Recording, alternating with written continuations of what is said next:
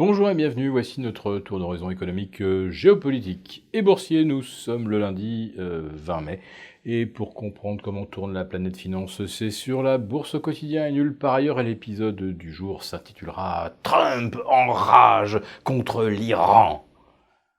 Qu'est-ce qui lui arrive donc à notre Donald Trump de s'enflammer comme ça à propos de l'Iran?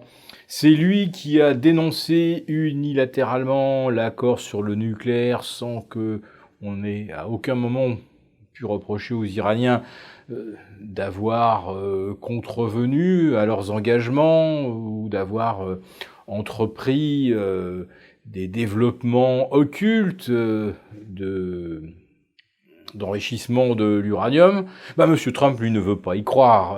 Si on n'a pas pu prouver que les Iraniens avaient poursuivi leur développement de programme nucléaire, c'est juste qu'on n'avait pas assez bien cherché. À ce compte-là, évidemment, on peut soupçonner la planète entière de n'importe quoi et ensuite menacer de déclencher une guerre en cas de provocation iranienne. Alors, c'est vrai que les Iraniens n'arrêtent pas, les provocations n'arrêtent pas de déclencher des guerres. La preuve, d'ailleurs, ils en avaient déclenché une il y a même pas 200 ans. Bon, après ça, si on regarde du côté des États-Unis, combien ils ont déclenché de guerres depuis 200 ans, c'est juste qu'on n'a pas assez de place sur une double page. En tout cas, Monsieur Trump reprend la rhétorique qu'il avait employée contre Kim Jong-un, sauf que Monsieur Kim Jong-un faisait effectivement péter des trucs souterrains. Jusqu'à plus ample informé, l'Iran n'a fait exploser aucune charge nucléaire d'aucune sorte. Alors oui, c'est vrai, l'Iran développe des missiles.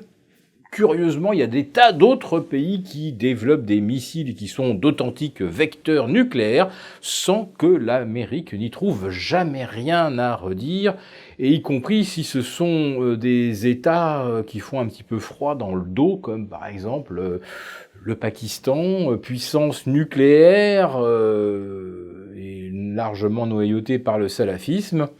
Mais l'Iran, là, c'est vraiment très très grave. Ils n'ont pas d'armes nucléaires, mais eux, ils sont vraiment dangereux.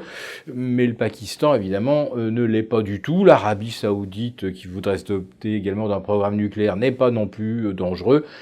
Bref, tout va pour le mieux dans le meilleur des mondes. En tout cas, les gesticulations de Monsieur Trump n'impressionnent pas du tout les marchés, qui semblent effectivement considérer que mais pourquoi s'en prendrait-il vraiment à l'Iran, sauf évidemment pour faire plaisir et répondre à l'agenda de son grand copain Benyamin Netanyahou, si toutefois celui-ci échappe à une procédure pour corruption. Enfin, il devrait y échapper puisque M. Netanyahou veut enterrer le Conseil constitutionnel, le priver de ses pouvoirs, et parmi ceux-là, il y aurait celui de destituer un chef de l'État qui serait corrompu. Donc, puisque l'affaire iranienne, pour l'instant, ne tétanise pas les marchés, eh bien, on va se rattraper avec le différend et le bannissement de Huawei comme fournisseur des entreprises américaines. Et là, effectivement, ça ne fait pas plaisir. On y voit le danger d'une escalade de rétorsion où là, les victimes collatérales, parmi même les géants de la technologie américaine, pourraient être assez nombreux. Bref, on s'attend aujourd'hui à une forte correction dans le secteur des semi-conducteurs. On voit déjà en Europe ce matin SML décroché. STMicro perd également plus de 5%. Et cet après-midi, on devrait avoir des replis du même ordre parmi les spécialistes des semi-conducteurs. Donc à surveiller l'indice SOX, l'indice Philadelphia des semi-conducteurs, qui après avoir gagné jusqu'à 38% cette année, pourrait bien entamer une décrue, on va dire, proportionnelle, ce qui détendrait un petit peu les choses. Maintenant, le bannissement de Huawei, c'est quelque chose qui semble irréversible, et quand on commence à rentrer dans de l'irréversible en matière de rivalité commerciale, eh bien, ça se passe mal en général, puisque la Chine répliquera naturellement, elle ne va pas se laisser comme ça gifler impunément. les entreprises américaines pourraient connaître de nouvelles difficultés à s'imposer, voire à vendre en Chine.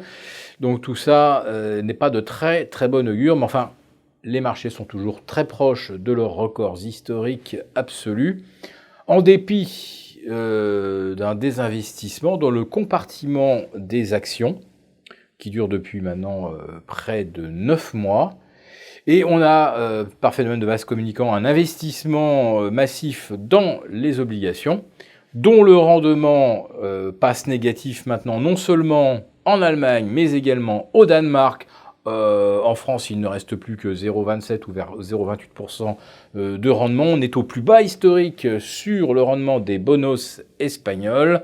Donc ça pose une vraie question à moyen terme. Mais comment va-t-on payer les retraites avec une épargne qui est confisquée au lieu d'être rémunérée ?